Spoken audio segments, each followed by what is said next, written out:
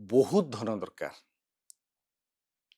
यदि बहुत धन दरकार करंतु ये महा उपाय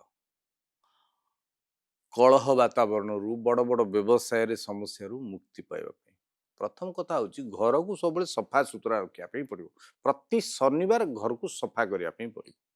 सफा करने सहित आपंकर टॉयलेट को मध्य प्रतिदिन सफा करा पड़ो सुखला रखा पड़ो ध्यान देवा पड़ो टॉयलेट जमी गंध न हुए से ध्यान देवा पड़ो यह करने सहित काच पात्र खंडे फिटिकी 5टी लवंग 5 खंड श्री कपूर यही सब जिनिस को जदि आपण पाइखाना रे रखि दियंती फिटिकी लवंग और श्री काच पात्र रखिए को दिन रखिए शुक्रवार रखिए एवं प्रति शुक्रवार या बदलैबे 3 मास भितर आपणकर जिते सब बड़ बड़ व्यवसाय होता जदि समस्या आसूची जो भी जहाँ आसूची चाकरी क्षेत्र में समस्या आसूची ता ठीक है कारण राहु कारण रही है कलिजुगर राजा होचंती राहु